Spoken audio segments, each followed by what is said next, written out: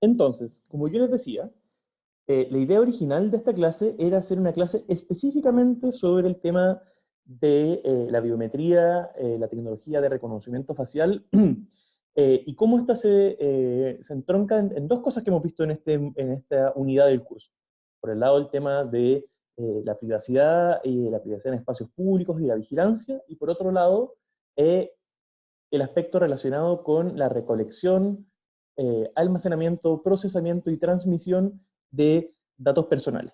Pero como hoy día vamos a mandar la evaluación, me pareció que era interesante que también tratáramos otros casos concretos que se están discutiendo tanto en Chile como a nivel comparado de aplicación de tecnología para solución de problemas sociales que involucran el tratamiento y procesamiento de datos personales de forma tal que ustedes se vayan acostumbrando a este ejercicio con el diagrama de flujo que les había mostrado hace una o dos clases en donde tienen que seguir ciertos pasos en el sentido de es un dato personal, no es un dato personal, cuál es la causal de habilitación, están cumpliendo los requisitos y yendo caso por caso y se acostumbren un poco a esta dinámica de ir viendo cuáles son los criterios e ir aplicando la legislación a los casos concretos. Entonces, vamos a comenzar.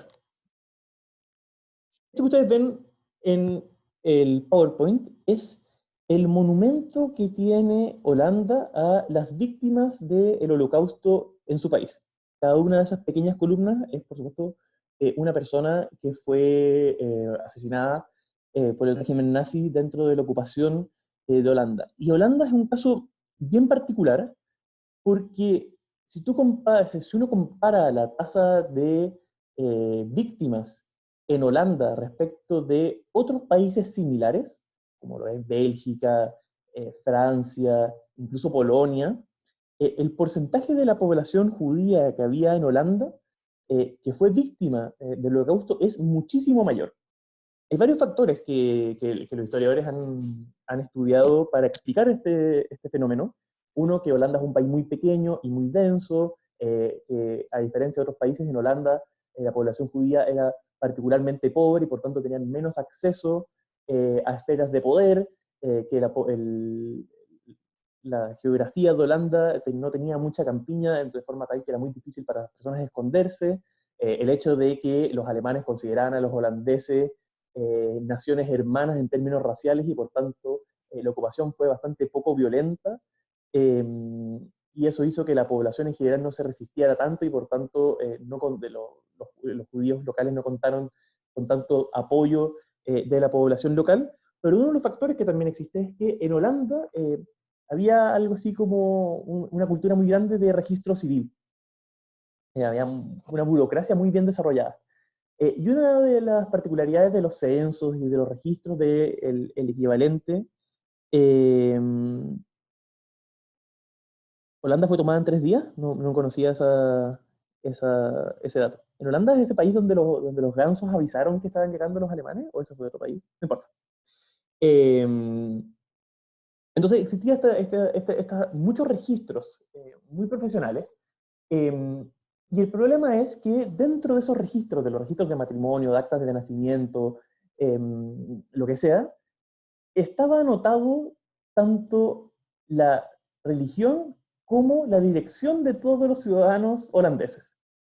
Eh, Eso probablemente no se hizo con la intención de perseguir a ciertos ciudadanos holandeses o de que hubiese discriminación en términos religiosos, pero finalmente cuando los alemanes se tomaron Holanda, bueno, se apoderaron de estos registros y esos registros decían de qué religión era cada uno de los ciudadanos holandeses y dónde vivía ese ciudadano. Por tanto, los alemanes cuando quisieron llevar a los judíos a campos de concentración, bueno, ya sabían quiénes eran judíos y quiénes no eran judíos y dónde vivían. Esta idea de pedir información que es excesiva, ¿a qué principio que hemos visto dentro de las últimas clases, de los principios que rigen la disciplina de la protección de datos personales, le recuerda? Si nadie se hace voluntario, voy a empezar a elegir a dedo. Ustedes saben. Transparencia. Confidencialidad.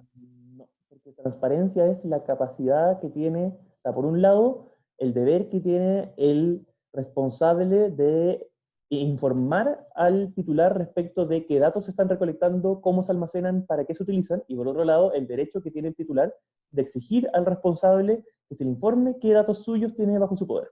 Entonces no es transparencia. Autodeterminación no es un principio, así que no es autodeterminación. Finalidad puede ser, se acerca, pero hay uno que es más cercano. Seguridad, tampoco es seguridad porque los datos estaban seguros, lo que pasa es que invadieron el país y se apoderaron de todos los datos. No es seguridad. No es confidencialidad, porque también se apoderaron del país los datos. Muy bien, proporcionalidad. Y un subprincipio del principio de proporcionalidad muchas veces se considera como un principio autónomo, pero otras veces se subsume dentro del principio de proporcionalidad, es el principio de minimización de datos. Es decir, no venga usted a exigirme datos más allá de los que realmente necesita. Entonces, el principio de minimización está como entre medio de proporcionalidad y finalidad. Porque finalidad también te dice, bueno, ¿para qué vas a solicitar? Y por eso yo decía que eh, cuando Sergio dijo finalidad, estaba cerca de la respuesta. Porque minimización de datos está entre medio de proporcionalidad y finalidad. ¿Por qué vas a exigirme un dato que no es necesario para el fin que tú estás recolectando y que puede generar estos problemas ulteriores? Entonces, claro, probablemente los holandeses no pretendían perseguir a sus ciudadanos judíos por tener su dato de la religión y su dato del domicilio, pero finalmente los alemanes sí lo utilizaron para un fin distinto en función de que se había recolectado información excesiva. Y esta idea de no recolectar información excesiva es este principio de minimización de datos que está entre proporcionalidad y finalidad. Y estos episodios, bueno, reflejan mucho por qué hoy día los holandeses, los europeos en general, tienen una cultura tan fuerte de protección de datos personales, porque les recuerda la Segunda Guerra Mundial. O sea, los alemanes pagan por sobre todo en efectivo. Entonces, esta idea de que el Estado tenga tanto poder por sobre sus ciudadanos, a ellos les parece una idea que es peligrosa porque tienen el recuerdo de que efectivamente en algún momento eso generó un problema real.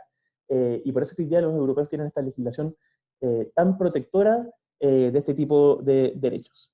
Entonces, como yo les decía, en la clase de hoy día vamos a ver un par de casos prácticos, y el caso que se me ocurrió es uno que estamos discutiendo hoy día. O sea, yo creo que todas las personas dedicadas a la protección de datos personales, excepto yo, porque me da lata, han escrito sobre la protección de datos personales y el COVID-19.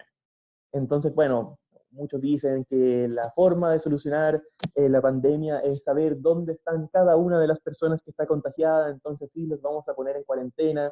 Y otros dicen, no, pero es que el derecho a la privacidad y cómo vamos a estar eh, registrando a cada uno de los ciudadanos, eso entrega un poder desproporcionado al Estado y no está, esas excepciones no están contenidas en nuestra legislación. Y si uno agarra la ley 19.628 y ustedes agarran el Código Sanitario, y esto que ya lo pasamos en clases, hoy día es legal que Carabineros de Chile tenga una lista de personas que son COVID-19 positivos. Pregunta, signo de interrogación. ¿Tienen que responder? Ahí apareció Lucas. No, no es legal, porque si uno agarra, claramente tener COVID-19 es un dato sensible, y los datos sensibles, de acuerdo al artículo 10, tienen una habilitación taxativa. O tú tienes, o estás habilitado por ley, o tienes consentimiento, o es un dato utilizado para la determinación de un beneficio de salud. Y, y que te controle un carabinero en la carretera y te mande para casa no es un beneficio de salud. Y no estás habilitado por una ley especial porque, de hecho, el Código Sanitario, al momento de regular la ficha clínica, establece causales incluso más taxativas, y de hecho exige que el consentimiento del paciente sea no solamente informado previo y por escrito, sino que ante notario, declara la ficha clínica reservada, establece una sanción penal por su infracción. Entonces, no hay una causal de habilitación que permita el tratamiento del dato a este listado de personas que tiene COVID-19. Lo están haciendo igual porque estamos en una pandemia o lo que sea, pero eso es completamente ilegal, se requeriría una especie de ley corta. Entonces, vamos a ver cuáles son las propuestas de utilización de datos personales para combatir el COVID-19 y cuáles son, en función de los principios, los problemas que pueden ver ustedes en cada una de ellas. Entonces, por supuesto que, ya adelantamos la respuesta, eh, ya dijimos que el dato de salud es un dato personal, pero vámonos al dato geolocalización. Nosotros queremos saber en tiempo real, estas cosas así como bien de ciencia ficción, en tiempo real, eh, dónde están precisamente cada una de las personas que tiene COVID-19, porque lo mandamos en cuarentena, entonces tiene que estar, el que tiene que estar en su casa, entonces si no está en su casa y va al supermercado, entonces nosotros vamos ahí y lo vamos a arrestar. Ese dato de geolocalización, de acuerdo a la definición de dato sensible, la letra G del artículo 2 de la ley 19.628. ¿Se acuerda que hay un listado? El listado dice religión y un montón de cosas. ¿A qué dato, a cuál de los términos utilizados por el artículo uno podría utilizar para determinar que la geolocalización es un dato sensible? Sin una interrogación, pregunta. Muy bien, hábito personal. ¿No se acuerda porque hablamos de que en el proyecto de ley no estaba el término hábito personal? Pero en la ley 19.628 de hoy sí está hábito personal. Y hábito personal, por supuesto que es algo muy amplio. Y por tanto, uno puede decir que, bueno, si ustedes saben mi geolocalización y saben en todo momento del día dónde estoy, entonces saben cuál es mi rutina, por dónde transito, por dónde me muevo, a qué clínica voy cuando me atiendo, porque tengo que ir a controles regulares, y por tanto, ustedes conocen mi rutina, conocen mi comportamiento y por tanto conocen mi hábito personal. Y eso es un dato personal sensible. Y por tanto, cuando estamos hablando de propuestas para combatir el COVID-19 a partir de el rastreo de la localización de aquellas personas que tienen COVID-19, estamos hablando del procesamiento de dos datos sensibles.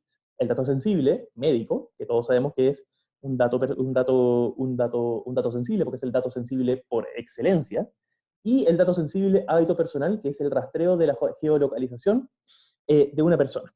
Entonces vamos a ver tres modelos de las principales propuestas para la utilización de políticas públicas de estas características.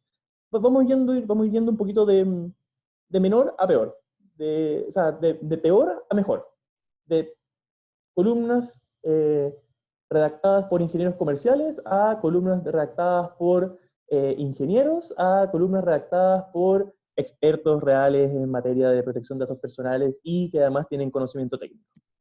Entonces, el columnista ingeniero comercial lo que propone es el rastreo de antenas telefónicas. Y probablemente está participando en algún tipo de licitación y está teniendo lobbies con los parlamentarios para vender este producto porque va a ser una startup para vender esta cuestión y lo vende como la solución a todos los problemas. Entonces lo que propone el ingeniero comercial es decir, lo que nosotros vamos a hacer es que vamos a agarrar los datos de toda la población, porque las ISP tienen ese dato, y le vamos a decir a la autoridad, le va a decir al ICP, bueno, como estamos en pandemia y el gobierno tiene atribuciones especiales, entonces ustedes dennos todos los datos de dónde se conectan todos los chilenos y nosotros en el Ministerio de Salud tenemos el listado de las personas que están positivas, entonces cruzamos esas dos bases de datos y así sabemos por dónde andan las personas que son COVID-19 positivas y si no están en su casa, nosotros las vamos a ir a buscar con carabineros.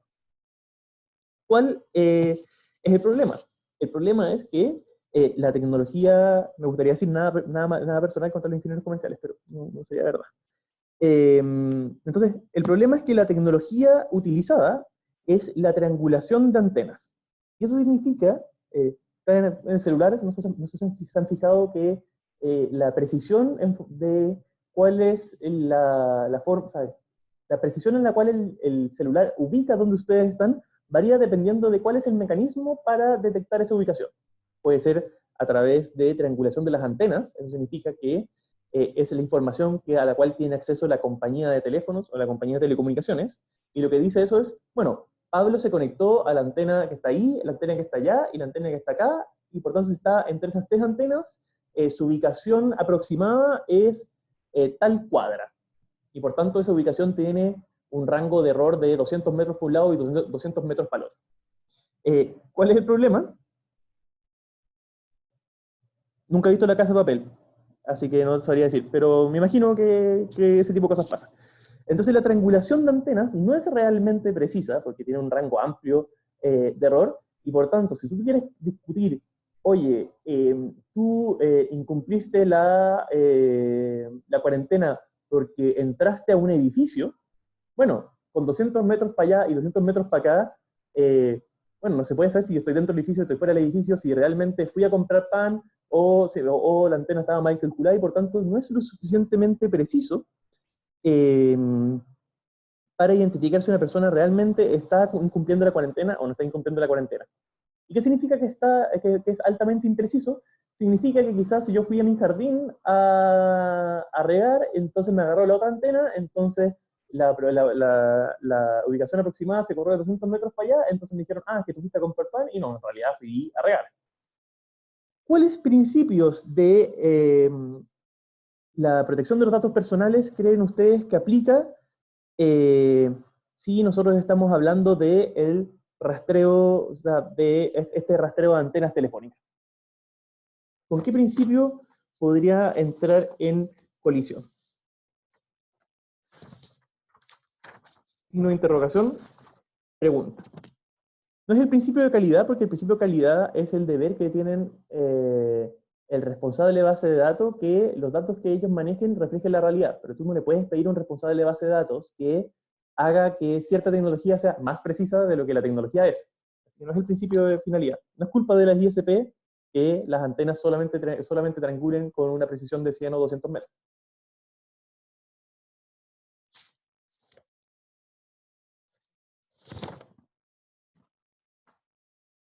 No es el de finalidad. O sea, sí, porque en realidad aquí tendrías que tener una habilitación legal y todo, etcétera, pero específicamente no es finalidad. Pensemos en la eficacia, o sea, hay un ingeniero comercial tratando de vendernos la idea de que esto soluciona todos los problemas, y la tecnología en realidad no hace lo que dice hacer. Entonces, ¿con qué principio podría eventualmente generar roces este tema?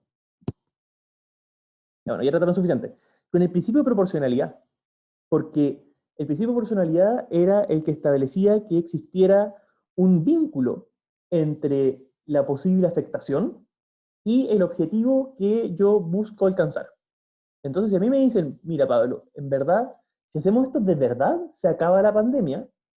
Yo leí una columna de un emprendedor que decía que si hacíamos esto en 14 días, se acaba la pandemia. Bueno, no va a pasar.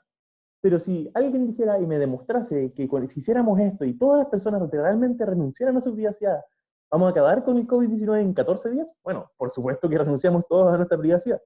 Pero el problema es que esto no hace lo que realmente dice hacer. Y por tanto hay un problema de proporcionalidad. Estamos recolectando los datos de todos los chilenos, datos sensibles, datos de ubicación, cruzándolo con otro dato sensible, dato médico, eh, pasándoselo a una entidad que los procese para hacer algo que en realidad no logra su objetivo. Y por tanto no hay un vínculo entre la eventual vulneración de derechos o la restricción de derechos, que puede ser legítima, y el objetivo alcanzado. Y también hay un problema de seguridad. En el fondo, si vamos a recolectar los datos de todos los chilenos, tienes que demostrarme que tienes medidas de seguridad suficientes, porque si esos datos se filtran, y se filtra la información de cuál es mi historial médico, más cuál es mi rutina de todos los chilenos, bueno, eso sería una filtración de datos bien sensible, entonces también tiene que ver un poco con el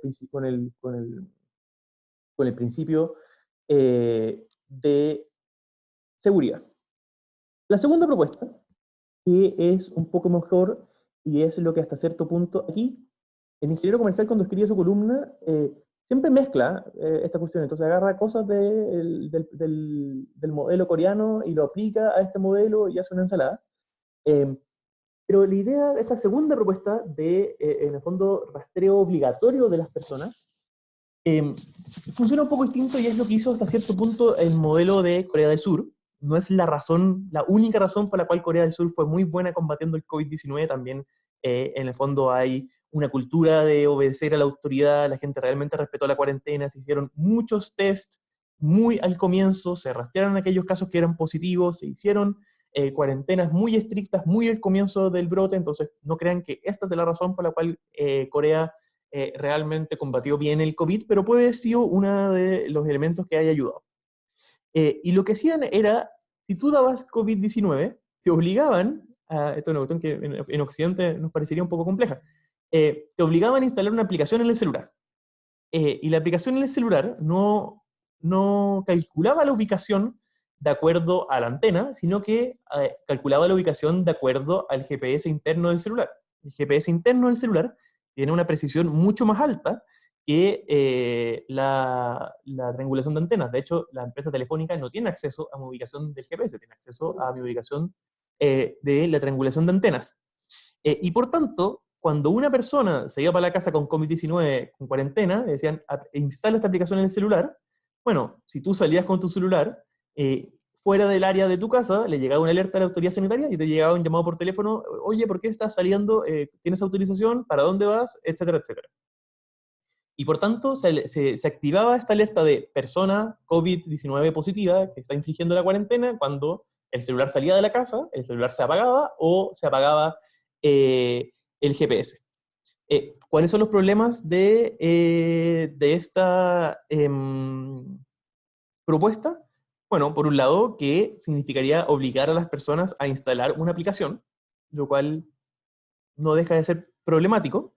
Y en segundo término, que, bueno, es bastante fácil burlar la medida. Pues si a mí me están rastreando con el celular, yo puedo dejar el celular prendido en mi casa e ir a comprar, y para todos los efectos la autoridad va a seguir creyendo que yo estoy en mi casa porque mi celular está en mi casa. A las personas adictas para el celular, como yo, salir de la casa sin el celular es medio complejo, pero en principio, burlar la medida de restricción de la autoridad sería bastante fácil. ¿Qué principios de la legislación ustedes creen que eh, si Chile quisiera aplicar esto como política pública, podría ser complejo o habría que abordar? Signo de interrogación, pregunta.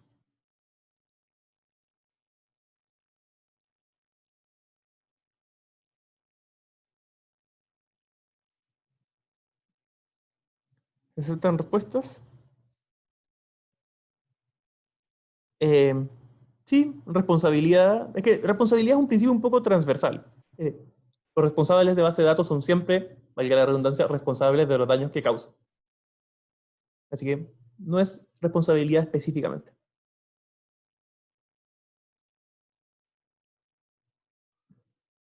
Vamos a ver si están prestando atención. Don Pierre Giroux. ¿Se le ocurre qué principio de la legislación de la ley chilena podría entrar en conflicto con... No es proporcionalidad, o sea, sí, porque esto tiene más o menos los mismos problemas que el anterior. Ya, pero está prestando atención, así que muy bien, estrellita. Es el principio de legitimidad. Acuérdense que nosotros hablamos que... una carita feliz por la estrellita, muy bien. Eh, Cualquier tipo de procesamiento o tratamiento de datos personales siempre tiene que estar habilitado, ya sea por el consentimiento o por la ley, y dentro de la ley están las distintas causales, ley especial, excepción de la ley 19.628, etcétera, etcétera. Por tanto, si yo quiero obligar a los ciudadanos a instalar una aplicación, quiere decir que yo estoy utilizando, o sea, estoy procesando el dato sin el consentimiento del titular, porque lo estoy obligando a instalar la aplicación y a recolectar esa información. Si no lo estoy haciendo con el consentimiento del titular, tengo que hacerlo con, en fondo, con otra causal. Lo más probable es que la causal que se invocaría en este caso es la del artículo 20, y que es la que dice que se trata de un organismo público en función de sus competencias. Y el Ministerio de Salud saldría Jaime Mañalich diciendo, estamos en pandemia y este es el Ministerio de Salud, entonces el Ministerio de Salud tiene la facultad de implementar políticas públicas de salud y por tanto estamos facultados para tratar datos personales sensibles en esta zona. Discutible si estamos en pandemia, pero en principio no, porque en principio este es doble dato sensible de salud, que como dijimos tiene una regulación especial, más el dato de localización, y por tanto se requeriría una habilitación legal expresa, es decir, se requeriría una ley que permitiese implementar una política pública de esta característica, y por tanto es el principio de legitimidad, que es el principio que dice que solamente se pueden tratar datos cuando eso se haga de acuerdo a la legislación vigente. Siempre que yo tenga una causal que me habilite el procesamiento de ese dato. En general, consentimiento o habilitación de la ley. Y la tercera propuesta es una propuesta que se ha hecho por dos lados. La Unión Europea está estudiando un modelo muy similar, y está en conversaciones y está en etapas más preparatorias, y quiere lanzar una iniciativa a nivel transversal europeo, es decir, una iniciativa para combatir el COVID a través de de mecanismos tecnológicos, pero que no vulnere la privacidad de las personas. Y Google y Apple sacaron un anuncio hace 2 o 3 días de una herramienta que la cual están trabajando, que tiene 2 fases. La primera fase es una API interoperable entre el sistema operativo iOS y el sistema operativo Android para, en el fondo, compartir datos estadísticos de salud con las distintas agencias de salud del mundo. Y el segundo es una propuesta de una aplicación, no al estilo asiático, es decir, yo gobierno te obligo a instalar una aplicación, sino que es una aplicación de carácter voluntaria, eh, pero de carácter, cuyas características técnicas la hacen segura y hasta cierto punto anónima. Y la aplicación funciona de la siguiente manera. Yo quiero ser voluntario y por tanto instalo la aplicación. Y en algún momento a mí se me detecta que soy COVID-19 positivo. Y lo que yo hago es decirle a la aplicación, yo soy COVID-19 positivo. Pero esa información, yo soy COVID-19 positivo, se almacena de forma local y cifrada dentro del dispositivo, de mi dispositivo local. Y por tanto nunca viaja a los servidores de Apple, los servidores de Google, aunque fuese de forma cifrada, en el sentido que ellos no conocen esa información. Y la tecnología opera a través del sistema Bluetooth. Y a través del sistema Bluetooth, que es más preciso, lo que hace el sistema es decir, entonces, cuando yo vaya caminando por la calle, voy a tener el Bluetooth prendido, y yo voy emitiendo una señal, y aquellas personas que también tengan esta aplicación y también tengan el Bluetooth activado, en el fondo los distintos dispositivos van a intercambiar señales que se van a ir refrescando cada 15 minutos. Y esa señal va a decir dónde estoy y si soy COVID-19 positivo.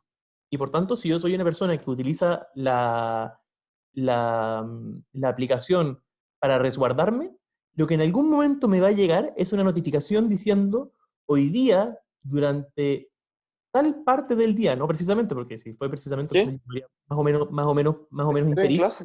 con quién me encontré.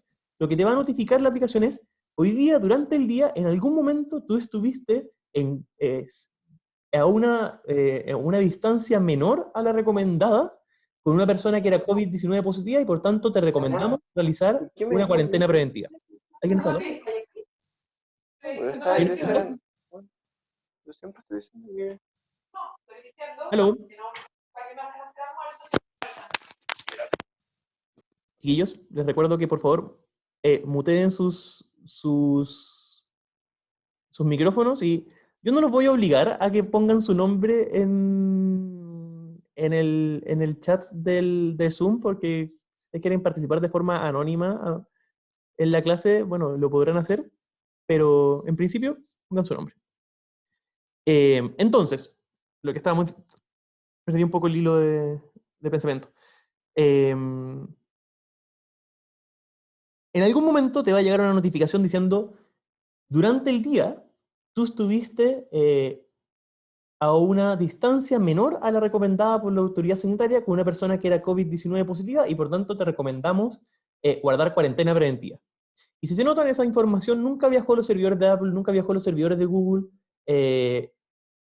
La persona que le llega la notificación nunca supo quién era la otra persona y se supone que a través de estos protocolos criptográficos esta información dura 24 horas y solamente se transmite entre dispositivos locales sin ser capaz de, a menos que sea a través de mecanismos muy sofisticados, en el fondo se guardan volver a reconstruir esta conexión entre el dato y el titular. Y esa sería una forma más o menos segura y más o menos respetuosa de la privacidad de generar una herramienta tecnológica capaz de combatir el COVID. Ahora, esto tiene un par de problemas también. Primero, para que esta medida sea efectiva, se requiere, en fondo, economía de escala. Se requiere que un porcentaje importante de la población la adopte y la utilice de forma voluntaria.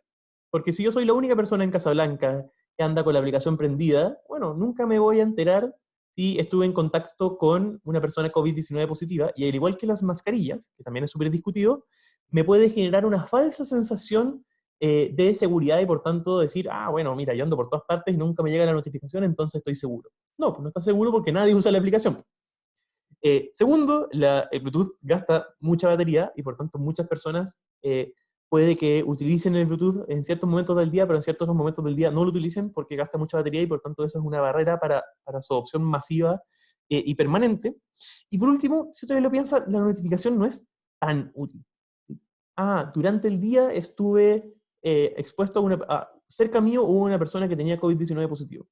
Bueno, pero yo soy cajero de supermercado. Por supuesto que entre las 300 o 400 personas que yo atendí durante el día, o se atendió en la caja de al lado, o se atendió a 3 cajas de mí, pasó una persona que era COVID-19 positiva.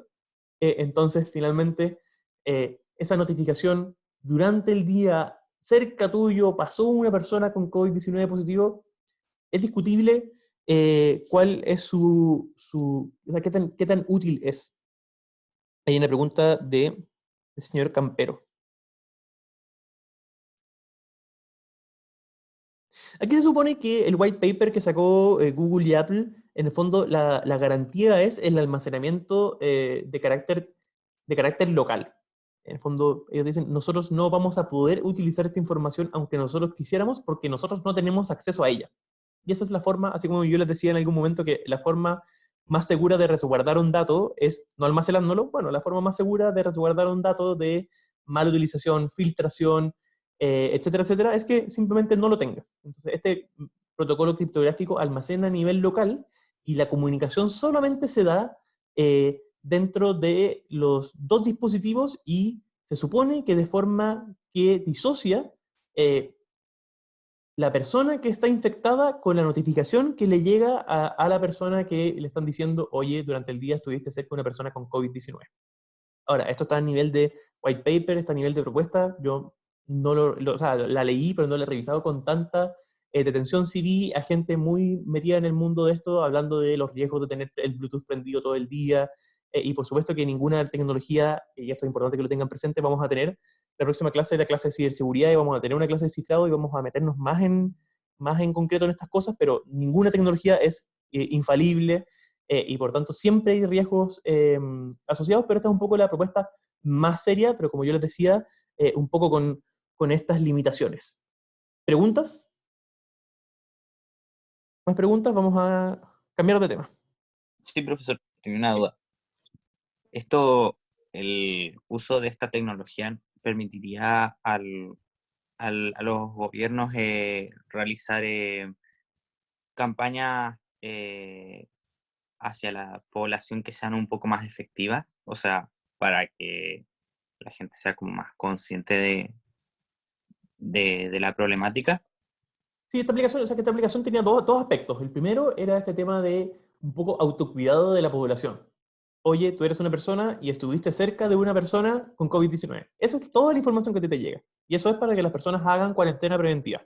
Ahora, información estadística se le puede enviar al Ministerio de Salud en el sentido en que se puede tener acceso a decir, oye, Ministerio de Salud, en todo este tiempo, en tales y tales y tales regiones, se han mandado tantas notificaciones de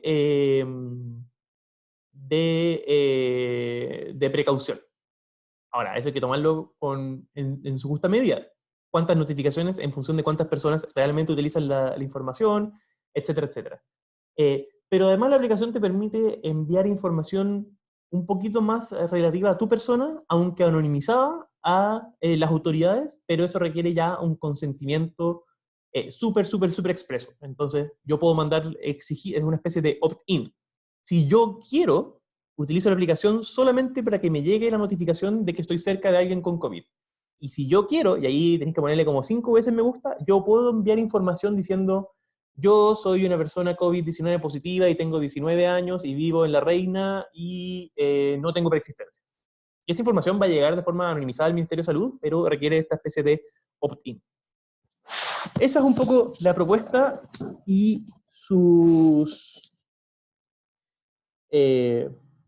alcances y sus restricciones. Emma, ¿qué pasó? No, que me dio risa porque esa es como mi situación, que la reina no, yo vivo en La Reina, no tengo 19 años, tengo un poco más, pero tenemos hartas personas con coronavirus y no está pasando nada. Y el ejemplo que dio fue muy cercano Ah, a lo que dijo. Eso.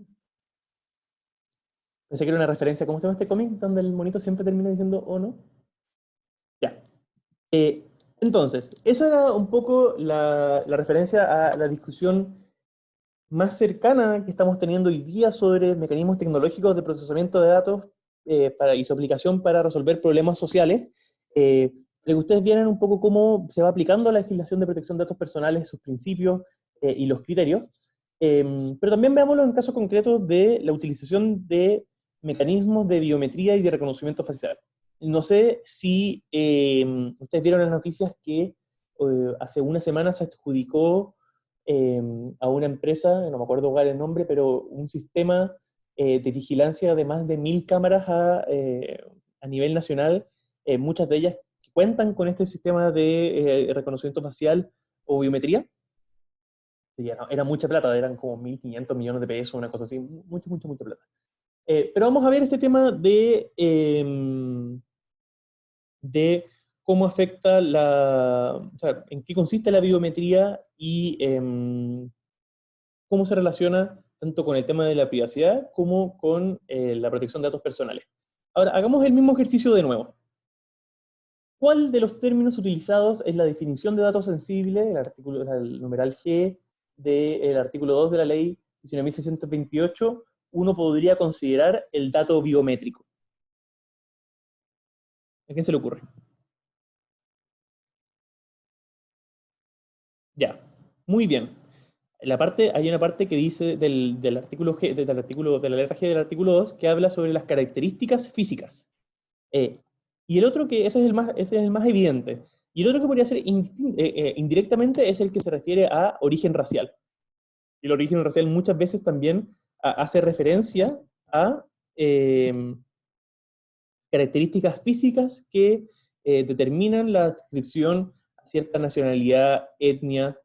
Entiendo que antropológicamente las razas no existen, así que no usen ese término. Entonces sí, es a las características físicas dentro de la definición de dato personal sensible. Entonces, lo primero es, bueno, tengamos claro que cuando hablamos de reconocimiento facial y hablamos de utilización de datos biométricos, estamos ante el procesamiento de un dato personal sensible porque es un dato eh, que versa sobre aspectos particulares de las características físicas de una persona. Entonces, veamos, don Martín Fuente, ¿puede leer fuerte y lento la definición de tecnología de reconocimiento biométrico que realizó la OCDE del año 2004? Son características únicas y medibles de rasgos en los seres humanos que sirven para automáticamente reconocer o verificar una identidad. Ya. Un poco antropocéntrica la definición porque habla de seres humanos y uno podría tener un mecanismo de reconocimiento de patitas. Pero veamos muy bien que he estado prestando atención, tiene una estrellita también, que la vayan coleccionando. Veamos ciertas características o elementos de la tecnología de reconocimiento facial, cómo está en el texto que ustedes todos llegaron leído, porque era el texto obligatorio de mi colega Mariana Díaz, que tiene un texto muy bonito que se llama El cuerpo como dato, y es un artículo sobre datos biométricos. Y ahí, en ese documento, lectura obligatoria del sílabo, se habla de que para que un dato sea posible considerarlo dato biométrico, tiene que cumplir con 4 requisitos. Primero, la colectividad, es decir, o sea, la coleccionabilidad. Y la coleccionabilidad implica que el dato es susceptible de ser recolectado. Y por tanto, yo puedo escanear tu iris. Yo puedo ponerte tinta en el dedo y sacar cuál es tu huella digital. Yo puedo programar un algoritmo para que vea ciertos aspectos geométricos o de patrones dentro de tu rostro, las orejas, el tamaño de los ojos, etcétera, etcétera, para hacer reconocimiento facial y por tanto yo puedo recolectar ese dato. Si el dato no se puede recolectar, bueno, entonces no puede ser un dato biométrico. El segundo aspecto es la universalidad. Ya, la universalidad. Y la universalidad significa, como su nombre lo dice, que el dato que se recolecta sea de un aspecto que todos los miembros de una especie comparten. Entonces, si yo voy a tener un mecanismo de reconocimiento de iris, bueno, es porque toda la gente, todos los miembros de la raza humana, de la especie humana, tienen ojos. Y si yo voy a hacer reconocimiento a través de huellas digitales, es porque todos los miembros de la especie humana tienen huellas digitales. Y si voy a hacer reconocimiento a través de forma de las patitas, es porque todos los perritos tienen cojinetes y puedo detectar las huellas de sus cojinetes. El tercer elemento, el tercer requisito para que un dato sea un dato biométrico es un poco parecería contradictorio con el segundo, pero en realidad no es contradictorio, y es la unicidad. Y por tanto, la unicidad es la idea de que ciertos individuos tienen ciertas características que son únicas y que no se repiten con otros miembros de su misma especie. Y por tanto, el patrón de mi iris es específico de la persona Pablo Bielguer. Por tanto, es un dato personal. Es una información, patrón de iris, que se vincula con una persona determinada. Entonces, mi iris es único e irrepetible como un hermoso copo de nieve. Así como mi huella digital es única e irrepetible, y probablemente, no sé si completamente, pero quizás si se hace un patrón de mi rostro lo suficientemente detallado, también es único e irrepetible. En cambio, el dato altura, bueno, cumple con los cuatro requisitos, con el requisito 1, 2 y 4, pero no cumple con el requisito 3, porque hay muchas personas que, como yo, miden 1,90 m. Y el cuarto requisito es la permanencia en el tiempo. Es decir, si yo voy a tener un mecanismo que se puede recolectar, que todos los miembros de cierta especie, de los seres humanos para los efectos prácticos, comparten, pero al mismo tiempo en donde cada uno de ellos tiene unas características específicas que lo hacen determinable y lo hacen único, bueno, ese rasgo, si yo lo quiero en el fondo recolectar y utilizar en el tiempo, tiene que tener permanencia. Y por tanto, si mi iris mutase cada 15 días, entonces no serviría el dato biométrico porque el día de mañana yo voy a querer pasar por la puerta y mi iris va a haber cambiado. Lo mismo con la huella dactilar. Si mi huella dactilar cambiara con el tiempo, entonces no serviría mucho que yo la pusiera en la base de datos del registro civil porque después va a modificarse. La huella dactilar es un ejemplo no tan bueno porque a los viejitos se les borra la huella dactilar. Entonces después van a FONASA y no les marca. Cuando mi papá tuvo quimioterapia, íbamos a pagar y mi papá ponía el dedo y no le marcaba. No le miraba las huellas digitales y las tenía lisas. Entonces la huella digital no cumple tanto con este requisito de permanencia en el tiempo, aunque en general sí. Entonces esos son los 4 requisitos para que un dato sea considerado dato biométrico: la colectividad, la universalidad, la unicidad y la permanencia en el tiempo. Y al mismo tiempo, el reconocimiento facial o la biometría siempre versa sobre mecanismos de carácter automatizado. Porque no se trata de, si yo veo a una persona en la calle, oh, mira, tiene cara de, este es mi compañero de universidad de primer año, lo reconocí, estoy generando biometría. No, porque lo estáis haciendo a la cachatía. No, la biometría y el reconocimiento facial es siempre a través de mecanismos automatizados que permiten, en el fondo, comparar estos datos únicos y contrastarlos con ciertas bases de datos para vincular ese dato con una persona e identificarla. Y por último, estas características pueden ser, por un lado, fisiológicas, pero también pueden ser de carácter conductual. Y si nos vamos a la definición de dato sensible, nosotros lo vinculamos en particular con las características físicas, pero la definición de dato sensible también habla de características físicas o morales, incluso nosotros podríamos hablar de que estas características conductuales se hacen referencia a la parte de la definición, en donde, como hablamos, la definición de dato sensible tiene una descripción general acompañada de una serie de ejemplos, y por tanto, uno podría decir que estas características conductuales hacen referencia a circunstancias de la vida privada o íntima. Entonces aquí les puse un pequeño listado de tipos de datos biométricos, y dentro de los datos biométricos que hacen referencia a las características físicas o corporales de una persona, podemos encontrar el iris, podemos encontrar las huellas dactilares, podemos encontrar los patrones en el rostro y podemos encontrar la voz. Se supone que si yo programo un algoritmo, la voz podría ser lo suficientemente única como para poder identificarme. Pero por otro lado, existen otros casos en donde sí se trata de biometría, pero se trata de aspectos conductuales. Y por tanto, por ejemplo, en los aeropuertos hay ciertas cámaras que a través de la postura y la forma en que las personas realizan ciertas conductas, se supone que se es capaz de contrastarlo con una lista negra. En este tipo de mecanismos hay dos tipos de bases de datos: las listas negras y las listas blancas. Entonces, por ejemplo, una lista blanca es, yo entro a una oficina y la oficina me tiene una lista de todas las personas que han entrado y todas las personas y su identidad. Y por tanto, a cada persona que entra, se le saca una foto y se anota su nombre. Y lo que pasa es que la próxima vez que paso por la cámara agarra me graba y dice, este es Pablo Violier. Entonces tiene una lista blanca, es decir, tiene toda la lista y es capaz de identificar a cada uno de los individuos dentro de esa lista.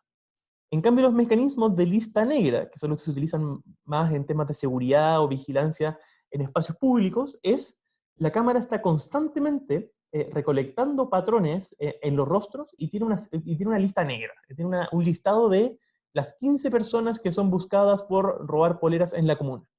Y lo que hace el mecanismo es recolectar este dato y contrastarlo constantemente con el patrón de cara de estas 15 personas, y por tanto no identifica a todas las personas que están en la calle, sino que solamente contrasta sus rostros con el patrón de las 15 personas, y el sistema te tira una alerta cuando dice, aquí me salió un positivo y una de las 15 personas que tengo en mi lista negra está caminando por tal calle. Estilo Psycho Pass, sí, gran serie. Entonces, dentro de los conductuales podemos encontrar la postura, ciertos comportamientos y en general cualquier acción que se pueda inferir, aunque sea indirectamente, de aspectos físicos. Y la verdad es que los ejemplos son bastante difíciles de pillar, pero se supone que hay. ¿Y cuáles son los grandes peros o elementos que uno podría discutir respecto de, en función de estos principios? Ahora, vámonos un poco fuera de los principios de la legislación y entremos en retrotraernos a las clases de privacidad, la clase 1 y 2.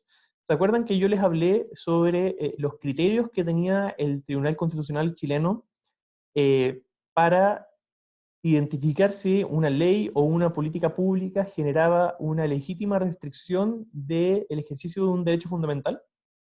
Y el principio en abstracto se llama principio de proporcionalidad en el sentido amplio. Pero el principio de proporcionalidad en el sentido, y ese principio de proporcionalidad en sentido amplio está conformado por 3 subprincipios. ¿Quién se acuerda de la clase de privacidad y la clase de privacidad en el espacio público? ¿Cuáles eran esos 3 subprincipios? Piensen mientras yo le contesto a Emma. Ya. Emma, hay 2 tipos de listas: las listas blancas y las listas negras. En las listas blancas, lo que tú haces es tener la capacidad de identificar a cada una de las personas que aparece dentro de la base de datos. Entonces, piénsalo en términos de pregunta y respuesta. Yo, en un caso, le doy al sistema una base de datos gigantesca. Aquí están las fotos de todos los chilenos que yo saqué en el registro civil. Y por tanto yo pongo una cámara en una puerta y le pido a la cámara, dime el nombre de cada una de las personas que entran por acá. Porque son todos chilenos y yo te mostré la foto de cada uno. Entonces entro yo y la cámara me mira y como mi foto está en el registro civil, dice, ese es Pablo Violier. Y después pasa otra persona y dice, ese es Sebastián Piñera. Y después pasa otra persona y dice, ese es Jaime Mañalich. Y después pasa otra persona y ese es el rector Pérez. Y por tanto es una lista blanca. Tú tienes una base de datos muy grande y le pides al sistema que identifique quién de esa base de datos, a quién de esa base de datos corresponde el rostro que tú le estás mostrando frente a la cámara. Esa es la lista blanca. Y la lista negra es una base de datos mucho más reducida, y lo que tú haces es que le dices a la cámara, cada rostro que pase frente a ti, tú lo tienes que contrastar con esta lista de 15 personas que están buscadas y por tanto solamente identifícame o sea, solamente dame una alerta o solamente identifícame a un rostro cuando ese rostro haga match con uno de los 15 rostros de personas que tienen orden de detención pendiente. Entonces es un tema de cuál es la pregunta que tú le haces al sistema y cuándo le pides una respuesta. En un caso le pides identificar a todas las personas en función de una base de datos con la cual la alimentas, y en otro caso lo que tú pides es que levante una alerta cuando alguno de los rostros o alguno de los patrones que tú le presentas haga match con los rostros o la identidad de ciertas personas que a ti te interesa identificar. ¿Queda un poco más claro eso? Si no queda claro, fracasé como profesor, porque no se me ocurre cómo explicarlo de forma más clara. Ya, súper. Entonces, tuvieron tiempo para tratar de recordar cuáles eran los 3 subprincipios del sentido de proporcionalidad en el sentido amplio. ¿Quién se acuerda?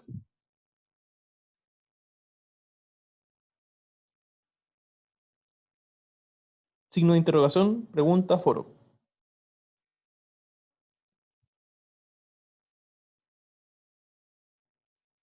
Muy bien, Ignacio. Una gran estrella para Ignacio, que se acordó que es el principio de necesidad, el principio de idoneidad y el sentido de proporcionalidad en el sentido estricto, porque en general se llama principio de proporcionalidad en el sentido amplio. Entonces, necesidad, idoneidad y proporcionalidad.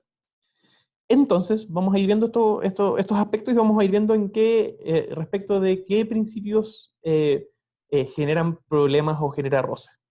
Entonces, los sistemas de reconocimiento facial tienen un gran desafío en términos de efectividad.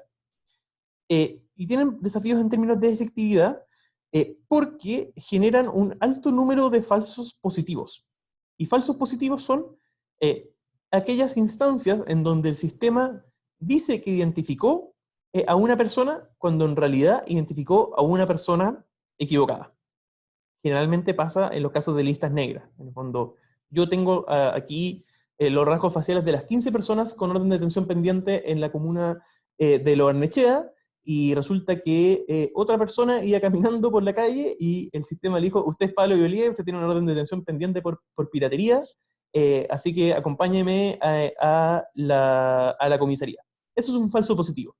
El sistema dijo: tú eres una de las 15 personas dentro de la lista negra, cuando en realidad no eras una de las 15 personas dentro de la lista negra. Y el falso es el falso positivo. Y el falso negativo es aquellas instancias en donde el sistema no identificó a alguien cuando lo debería haber identificado. Y esto generalmente, en ambos casos puede operar las dos veces, pero opera más en los casos de las listas blancas. En el fondo, yo tengo la lista de todas las personas que van a cierta oficina, y cuando pasan por la cámara, el sistema debería ser capaz de decir: Pablo Violier acaba de entrar. Pero yo pasé y andaba mirando para el lado, entonces mis rasgos se corrieron y la cámara fue, grabó y dijo: no pude identificar a quién pasó. No caché, no me dio. Y ese es el falso negativo. En el fondo, debería haber identificado y no identificó. Y los sistemas de reconocimiento facial tienen problemas de tanto falsos positivos como falsos negativos. En términos de la utilización de la tecnología para políticas públicas de seguridad, para vigilancia en espacios públicos, en general el problema se da más en términos de falsos negativos. Y aquí les puse algunos ejemplos de porcentajes de falsos negativos que son bien complejos. Entonces, por ejemplo, en el caso del Mall Plaza Los Dominicos, en donde implementaron un sistema de reconocimiento facial para evitar que se robaran las poleras, un informe de la Policía de Investigaciones dijo que el sistema identificaba equivocadamente en cerca de un 90% de las veces.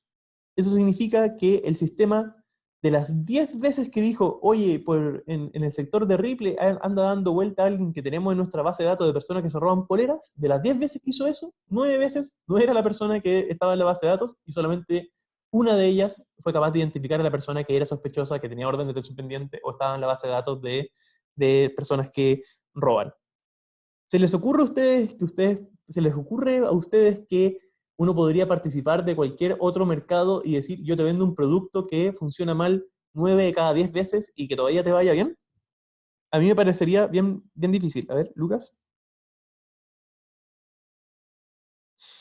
El ejemplo del viejito y el borrador de la huella dactilar sería exacto. Es un ejemplo de falso negativo porque el sistema ya tenía el dato de la persona y no fue capaz de identificarlo.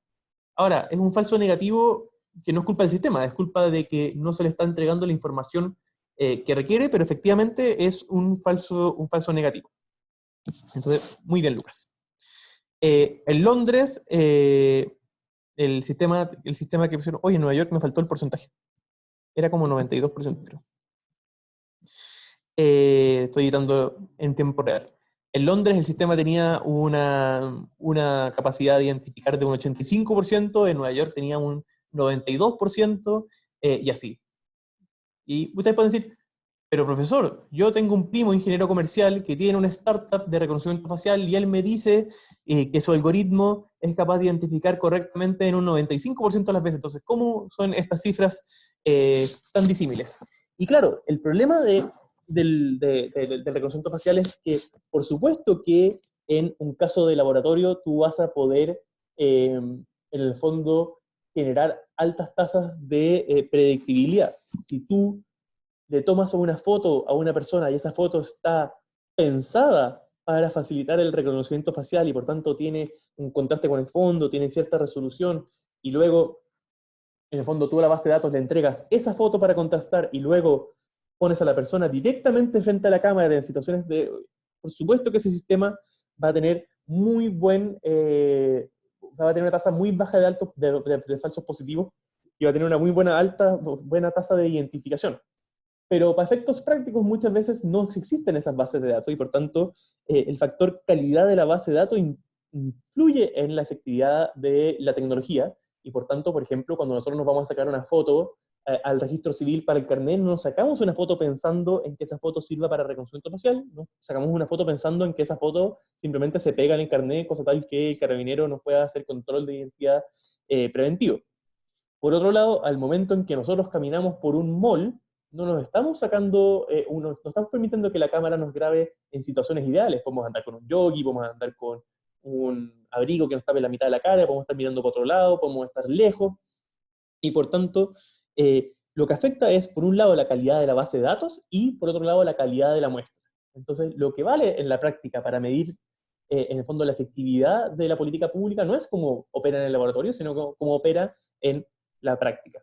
Entonces, de los principios expresados por su compañero Ignacio, que se acordó muy correctamente de esa clase, a menos que se haya metido en el PowerPoint a revisar, ¿cuál de esos tres principios ustedes creen que puede generarse una colisión con este aspecto particular de la tecnología de reconocimiento facial? Idoneidad, perfecto. Idoneidad es, bueno, tú me demostraste que esto es necesario, me demostraste que esto es proporcional, pero ¿hace lo que dice hacer? Y volvemos al tema del COVID. Ya, perfecto. Tú me estás diciendo que si renunciamos a nuestra privacidad de forma absoluta, vamos a acabar con la pandemia y no va a morir nadie. Perfecto. Todos renunciamos completamente a nuestra privacidad. Y resulta que después el sistema efectivamente no era la gran solución mágica. Entonces, renunciamos a nuestra privacidad y no logramos el objetivo buscado. Lo mismo en el caso de reconocimiento facial. Bueno, estamos vigilando a las personas en espacios públicos. Estamos restringiendo su derecho a transitar de forma anónima. Estamos generando mecanismos de intrusión intrusivos. Le estamos dando poder, más atribuciones al poder político para identificar a personas a cambio de una promesa de seguridad. Si esa promesa de seguridad tiene una tasa de falso positivo del 75, 80, 90%, ¿existe una justificación de la medida en función de su efectividad o idoneidad? No. Entonces el Tribunal Constitucional debería agarrar esto y debería decir, no, pues se cae en idoneidad. No hace lo que dice hacer y por tanto no justifica la renuncia o la eventual restricción del ejercicio del derecho fundamental. Luego, sí, muchas veces esto entra en el terreno psicológico de, es que esto es para dar una señal, es que esto es disuasivo, es que esto puede ayudar, y por eso es que siempre son los líderes, los tomadores de decisiones a nivel local los que implementan estas cosas, son medidas públicas vistosas. No vayas a robar acá poleras, porque nosotros tenemos reconocimiento facial. Entonces, es un poco esta idea de que esto es disuasivo. Luego nos retrotraemos a nuestra clase sobre sesgos algorítmicos, Y acuérdense que los datos biométricos y el reconocimiento facial son siempre a través de sistemas automatizados. Y por tanto, para ser capaz de recolectar los patrones de rostro de las personas y contrastarlos con grandes bases de datos, no lo haces con personas. No sientas a unas personas frente a las cámaras, eso, me suena ese. No, tú haces un algoritmo. Y en la medida en que ese algoritmo está programado por seres humanos, como lo vimos en la clase pasada, ese algoritmo es capaz de reproducir e incluso profundizar sesgos cognitivos de sus programadores.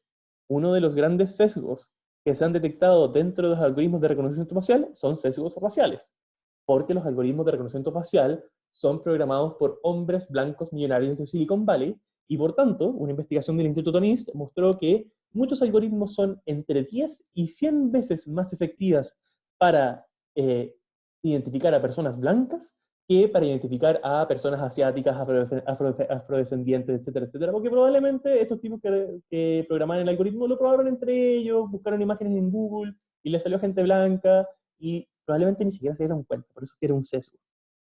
Pero además de sesgos en materia racial, existen riesgos, o sea, sesgos en materia de género, existen eventuales discriminaciones a la población trans o no binaria, y puede existir una estigmatización a cierta conducta. Entonces yo soy Joaquín Lavín y digo, mira, lo que pasa es que mis guardias de seguridad me dicen que las personas que cometen delitos aquí andan con pantalones holgados y andan con jockey y tal cosa. Entonces tú programas tu algoritmo de forma tal que identifique más a esas personas. O, eso ya es la versión absurda, o la versión tecnosolucionista de ingeniero informático es, voy a buscar patrones entre las personas que identificamos robando y la forma en que se mueven, o la forma en que se visten, o la forma en que se comportan, se andan dando vueltas. Y por tanto, siempre que ande alguien vestido parecido y siempre que ande alguien que se comporta medio parecido, esto me va a levantar unas alertas. Entonces yo le decía a la Guardia de Seguridad, anda a revisar aquí porque hay alguien con un patrón de comportamiento muy similar a quienes cometen delitos. Entonces significa que si yo voy vestido como suelen estar vestidos aquellas personas que cometen delitos, entonces me va a hostigar un guardia municipal. Bueno, pero yo me he visto de tal manera porque pertenezco a cierto sector de la población. No necesariamente significa que estoy cometiendo un delito o que me apronto a cometer un delito.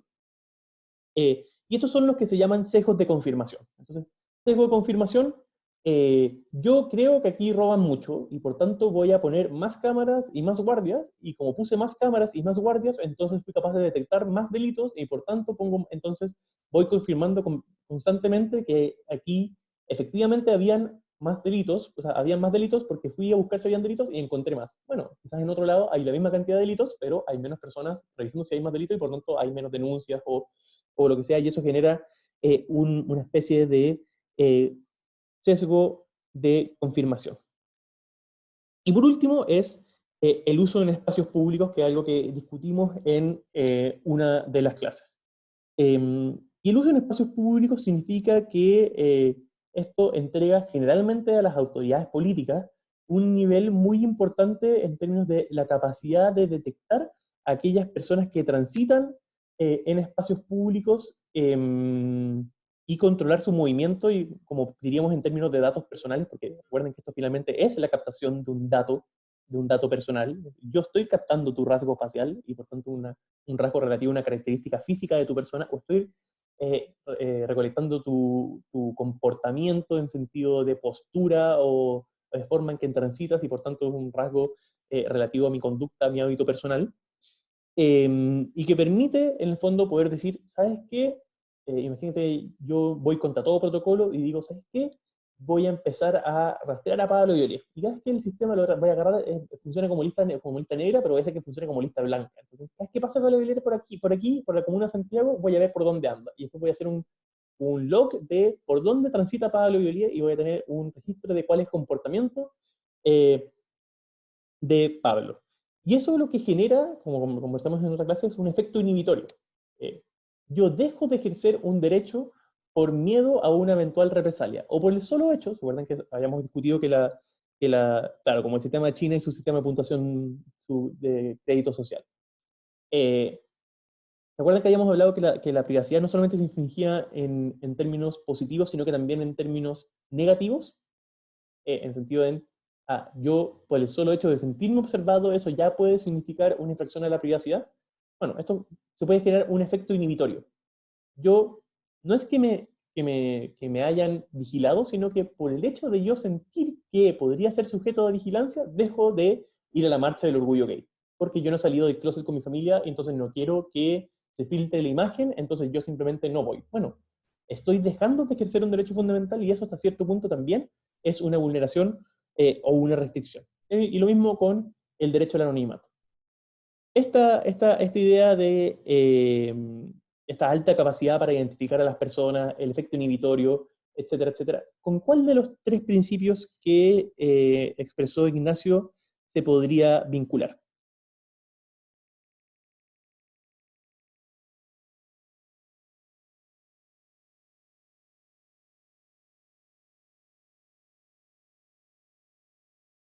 Ya, Ignacio es el claro líder de los principios, de los criterios del Tribunal Constitucional, porque es el principio de proporcionalidad. En el sentido bueno, yo ando buscando personas que cometen delitos, entonces voy a tener un sistema que recolecte los rasgos faciales de todas las personas que pasan por acá en espacios públicos, a fin de poder encontrar la persona que tiene una orden de detención pendiente. ¿Es eso proporcional a el objetivo buscado? Evitar lanzazos, evitar robos, evitar, en el fondo, sanciones de poca monta. Es discutible, pero el criterio que uno podría decir que, bajo el cual se podría caer si una legislación de estas características se fuese a discutir ante el Tribunal Constitucional es el aspecto de proporcionalidad. Ahora, este principio lo ha utilizado la jurisprudencia del Tribunal Constitucional, pero uno podría decir que son buenos criterios generales para revisar si la legislación cumple con estándares o no estándares de derechos humanos. Entonces, terminamos la clase. Muchas gracias. Estoy tratando de terminar las clases dentro del tiempo reglamentario porque yo sé que ustedes tienen otras clases. A las 12 voy a mandar la evaluación y voy a mandar otro correo con esta propuesta de generación de apuntes. Ojalá que alguien haya tomado apuntes de la clase de hoy. Voy a armar esta inscripción y si hay más de 15 personas voy a sortear quienes pueden participar y cada una de esas personas, bueno, se tendrán que coordinar en grupo y todo el asunto, pero esas personas van a tener un 7 extra en su ponderación de la nota final del curso. Sí, a la medianoche voy a mandar las instrucciones y tienen hasta la medianoche del próximo martes para enviar al correo electrónico que establece las instrucciones sus minutos de 2 planas. De todas formas, vamos a tener clase el jueves, así que el jueves me pueden hacer preguntas sobre la evaluación misma. ¿Les parece, chicos? Súper, muchas gracias.